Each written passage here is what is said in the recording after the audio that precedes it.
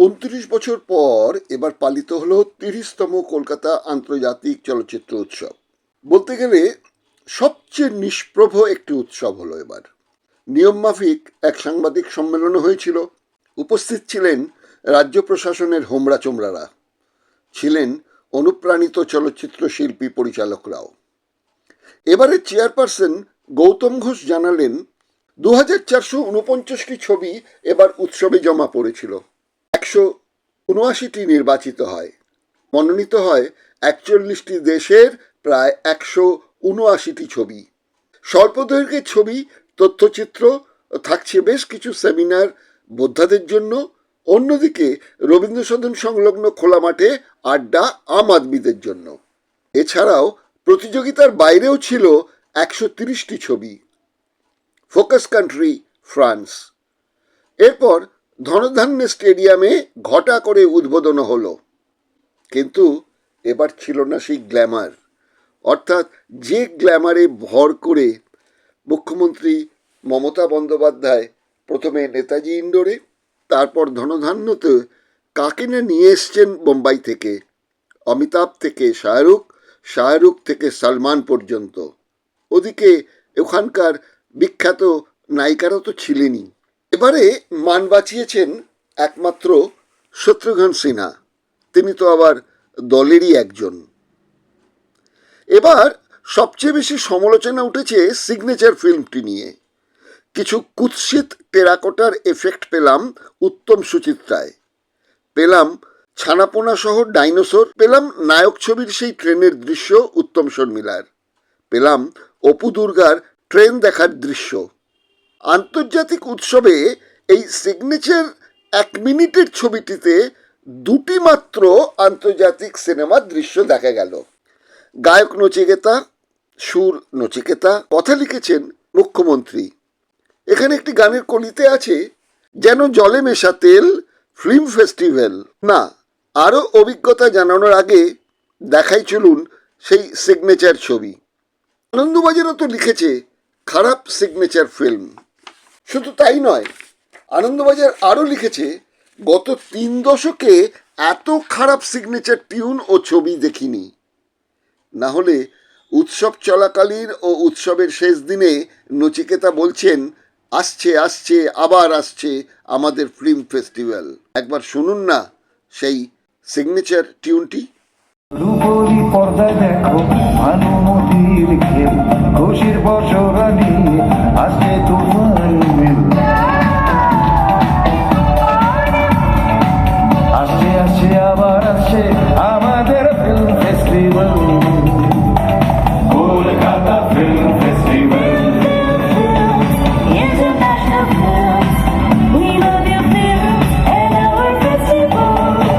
আসছে আসছে আবার আসছে আমাদের film festival, Kolkata film festival.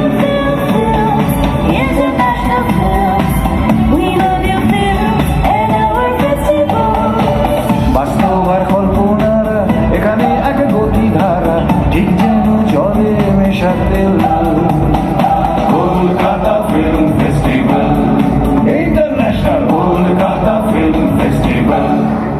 কেমন লাগলো এই সিগনেচার টিউন? আর সিনেমা যে ভানুমতির খেল সেটাও জানলেন তো। সবচেয়ে গর্বিত হলাম কিন্তু ৬ ডিসেম্বর নন্দন ওয়ানে গিয়ে। আন্তর্জাতিক প্রতিযোগিতা বিভাগে বেলা 11:30টায় প্রদর্শিত হচ্ছিল একটি চীনা ছবি, আনডুইং টাইম। প্রাক কথায় অভিনেত্রী ও কলকাতার ১০৯ নম্বর ওয়ার্ডের তৃণমূল পুরমাতা অনন্যা ব্যানার্জির বক্তব্য শুনলাম। মিনিট চারেকের বক্তব্যে ১ মিনিট ছবিটা ভালো লাগবে বলে জানালেন তিনি। বাকি ৩ মিনিট জানালেন উৎসবের এক মহিলা আধিকারিক সকাল থেকে রাত পর্যন্ত কি অক্লান্ত পরিশ্রম না করছেন সেই সম্পর্কে। অথচ ভেবেছিলাম কাউন্সিলর অভিনেত্রী অনন্যা আমাদের জানাবেন চীনের তরুণ পরিচালক লিপু ইতিমধ্যেই কোথায় কোথায় ছবিটি পুরস্কার পেয়েছেন বা সমালোচকদের প্রশংসা পেয়েছেন, এইসব তথ্যগুলো। কিন্তু সে জানার আর অবকাশ হলো না। বুলগেরিয়ান তারিকা ছবির পরিচালক মেলকো লাজারফ। ছবির কাহিনীর সারসংক্ষেপ হলো, তারিকা এক কিশোরী কন্যা, তার বাবা ও ঠাকুমার সঙ্গে থাকে গ্রাম থেকে বেশ কিছুটা দূরে, কারণ গ্রাম থেকে তাদেরকে বহিষ্কার করা হয়েছে। প্রধানত তার একটি পাঁজরের হাড় সংক্রান্ত একটি রোগে তারিকা ভুগছে। পাশাপাশি গ্রামের বেশ কিছু গৃহপালিত পশুর মরক লাগে। গ্রামের মানুষের ধারণা এর পেছনে কাজ করছে তারিকা নামে মেয়েটি। এই মেয়েটির অশুভ আত্মা। মেয়েটি বাধ্য হয়ে সেই গ্রাম থেকে নির্বাসিত কিছুটা দূরে প্রকৃতির মধ্যেই বেড়ে উঠতে থাকে। এক সময় এলাকায় একটি কিশোরের রহস্য মৃত্যুতে গ্রামবাসীরা এই পরিবারকে দলবদ্ধভাবে আক্রমণ করে। তারিকার বাবা যথাসম্ভব চেষ্টা করেন বাঁচানোর জন্য, কিন্তু তিনি জানতেন অতজন গ্রামবাসীর সঙ্গে পেরে উঠবেন না। তাই কন্যাকে চোখের ইশারায় জানালেন আত্মহত্যা করার জন্য। তারিকার আত্মহত্যার দৃশ্যটি দেখলাম সৃজনশীলতার সঙ্গে বানিয়েছেন পরিচালক। দুহাত সরিয়ে দাঁড়িয়ে রয়েছে তারিকা, তার সারা শরীরে বসছে সেই প্রকৃতির এক অনবদ্য শিল্প প্রজাপতি। বুলগেরিয়ার প্রায় 33% মুসলিম। কমিউনিস্ট শাসনমুক্ত হলেও দারিদ্রতা, কুসংস্কার আর ন্যূনতম জনসংখ্যার হ্রাসে বুলগেরিয়ার আর্থিক দুর্বলতা এখনও কাটিয়ে উঠতে পারেনি। এহেন বুলগেরিয়ান ছবিটি এবার ইন্টারন্যাশনাল বিভাগে প্রথম পুরস্কার পেল। এশিয়ান সিলেক্টে সেরা পুরস্কার পেল বাংলা ছবি পুতুলনামা। পরিচালক রঞ্জিত রায়। মূলত তথ্যচিত্র নির্মাতার এটি প্রথম পূর্ণ দৈর্ঘ্যের ছবি। ছবির চিত্রগ্রাহকও তিনি। এক যুবক পুতুল নাচের কারিগর। বন্ধুর পথ অতিক্রম করে পুতুল নাচের শিল্পকে সে কিভাবে বাঁচিয়ে রাখার চেষ্টা করে সেই সংগ্রামের ছবি নিয়েই পুতুলনামা। ভারতীয় ভাষায় প্রতিযোগিতা বিভাগে জয়ী হল কন্নড় ছবি লাচ্ছি। লাচ্ছি এক গৃহবধূ, রাহস্ত হিংসার বলি, এক কন্যার মা। কন্যা সীতাকে নিয়ে তার রোজকার জীবন যুদ্ধ। পরিচালক কৃষ্ণা গাওদার। ছোট থেকেই সংস্কৃতি সম্পন্ন হওয়ায় তিনি যুক্ত হন কন্নড় থিয়েটারে। ছোট পর্দায় কাজ অভিনেতা, প্রযোজক ও পরিচালক হিসেবে। এখন পর্যন্ত 15টি ছবি করেছেন। চলচ্চিত্র উৎসবে জুরিও হয়েছেন। 2020-তে তার ছবি পিঙ্কি এল্লি জাতীয় ও আন্তর্জাতিক পুরস্কার পেয়েছে। গৃহস্থ হিংসা ও কন্যা সন্তান নিখোঁজের মতো এক জ্বলন্ত সমস্যা নিয়ে তার ছবি লাচ্ছি এবার পেয়েছে ভারতীয় ভাষার প্রতিযোগিতা বিভাগের প্রথম পুরস্কার। সেরা ভারতীয় তথ্যচিত্র ঘোষিত হয়েছে ভবতোষের কারখানা। পরিচালক নতুন প্রজন্মের ফিল্ম সংক্রান্ত ছাত্র দীপাঞ্জন চৌধুরী। ছবির বিষয় ভাস্কর ভবতোষ সুতারের শৈল্পিক নির্মাণ কর্ম। দিগদর্শন সম্পাদকের পছন্দের ছবি ছিল ফ্রান্সের দ্য সেমলেস। 2024-এ তৈরি এই ছবির দৈর্ঘ্য 165 মিনিট। ছবিটির দৈর্ঘ্য দীর্ঘ হলেও কখনো ধৈর্যচ্যুতি ঘটেনি। এই ছবির বৈশিষ্ট্য মূল চরিত্র দুজন নারী, দুজনেই ভারতীয়, একজন মিতা বশিষ্ঠ আরেকজন তানিকা। রেণুকা নামের একটি চরিত্র যে অত্যাচারের বদলায় একজন পুলিশ অফিসারকে খুন করে। বাঁচার জন্য সে নিষিদ্ধ পল্লীতে নাম লেখায়। সেখানেই থাকে এক কিশোরী দেবিকা। তার সঙ্গে গড়ে ওঠে এক সমকামী সম্পর্ক।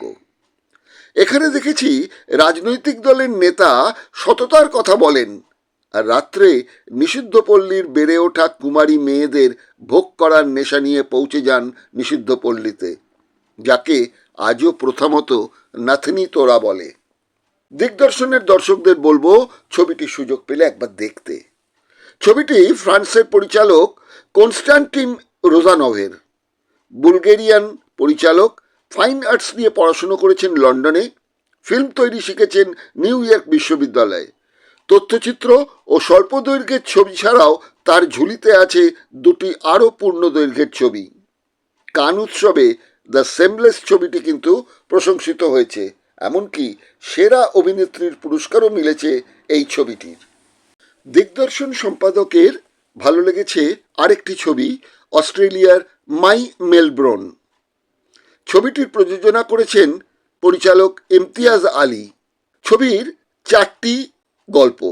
4টির পরিচালক কবির খান, যার 2006 সালের ছবি Kabul express.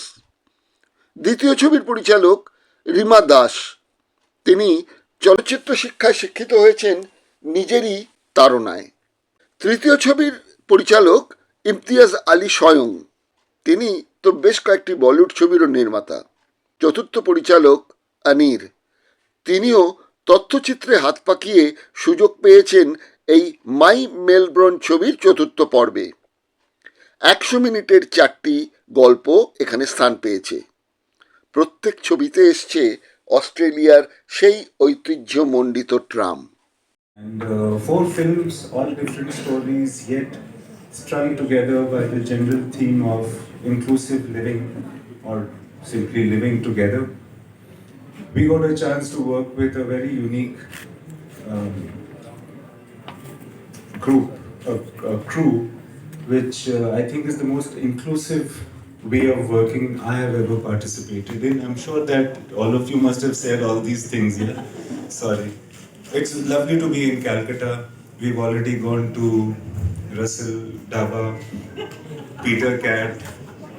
Melbourne to Mumbai. Mumbai was the first stop. Don't forget, we are jealous. You're jealous of Mumbai, I'm jealous of all of you that live in Calcutta. You eat the food I am dreaming of. Melbourne, the microcosm. Or Melbourne is the universe. My English is not so strong, so I'm not really understand. Melbourne is the multiverse. Yes, yes. What do you think? Yes. I feel that it's also the universe in which the films are set, but it's also the multiverse because there are various kind of stories or various verses of the same identity, which is Melbourne. So would you say, in brief, it's a kind of mirror situation where the world sees itself and the mirror is showing a mirror to the world. I think the reason why people watch movies is to see their own stories being represented in the stories in the movies. I think the same has happened here. For instance, the film that Rima has made, it deals with disability. It deals with somebody trying to fit into a society, into a group of an accepted group of people. I think when anybody sees it, the fact is that you might not have the same ability situation, but you will still relate to the journey of trying to belong. এবারের উৎসবের জুরিরা ছিলেন পূর্ণদৈর্ঘ্যের ক্ষেত্রে ভারতীয় পরিচালক গিরিশ কাসারভেল্লি, ছিলেন Greek সঙ্গীত ও শিল্পের জগতের কাটিয়া পানাতাজি। তিনিও ইতিমধ্যে 2টি ছবি প্রযোজনা করেছেন। ছিলেন চেকোস্লোভাকিয়ার পরিচালক মার্টিন গুলিক, আর্জেন্টিনার পাবলো সিভার, যিনি ল্যাটিন আমেরিকার ছবির দুনিয়ার প্রযোজক পরিচালক। 18টি ছবির মধ্যে তার পূর্ণদৈর্ঘ্যের ছবি রয়েছে 16টি। রোমানিয়ার নাগরিক পরিচালক ভ্রাদক পেট্টি। ভারতীয় পূর্ণদৈর্ঘ্যের ছবির জুরিরা ছিলেন আফগানিস্তানের প্রযোজক পরিচালক ও চিত্রগ্রাহক আলকা সাদাত, জার্মান কুদ্রিস ও টার্কিশ চিত্রনাট্যকার প্রযোজক আইসি পোলাই। টার্কিশ নাগরিক, জার্মানিতে বড় হয়েছেন। বিভিন্ন আন্তর্জাতিক উৎসবে তার ছবি পুরস্কৃত হয়েছে। এশিয়ান সিলেক্ট বিভাগে জুরি ছিলেন রাশিয়ার সার্গেই আনসাকিন। তিনি চলচ্চিত্র বিষয়ক লেখক। ফিলিপাইন্সের রোনাল্ডি টোলান্টিজো সেখানকার ফিল্ম শিক্ষা কেন্দ্রের প্রাক্তন ডিন। ফিলিপাইন্স শিল্প সংস্কৃতির একজন স্বনামধন্য বিশেষজ্ঞ। স্বনির্ভর পরিচালক লেখক সঙ্গীতা দত্ত, যার ছবি ও রচনা দেশ বিদেশে খ্যাতি পেয়েছে। আবার অপেক্ষা 1 বছরের জন্য। 31তম চলচ্চিত্র উৎসব পালিত হবে আবার আগামী 2025-এর ডিসেম্বর মাসে।